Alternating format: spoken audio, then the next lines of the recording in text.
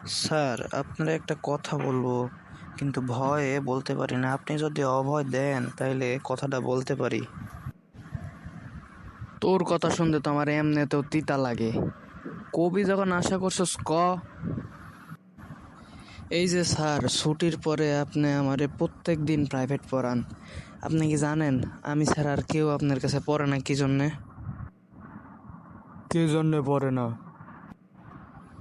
পড়ে না কারণ তারা জানে যে স্যার ক্লাসের মধ্যে ঘুমায় সেই স্যার কোনোদিন ভালো মতো প্রাইভেটে পড়াতে পারবো না। আমার টাকা পয়সা নাই দেখে আপনার মতো একটা স্যারের কাছে পড়ি, বুঝলেন? আমার যে কি দুর্ভাগা কপাল, আপনার মতো স্যারের কাছে পড়া লাগতেছে এখন। আরে তোর পইরা আর কি হইব? পরীক্ষার আগের দিন প্রশ্ন দিয়ে দিমু, প্রশ্ন পড়বি আর খালি পরীক্ষা যায় লিখবি, পাস। আরে এরকম 2-4 বার তুই পাস করলে এমনি আমার ছাত্র দিয়ে বইরা যাইব।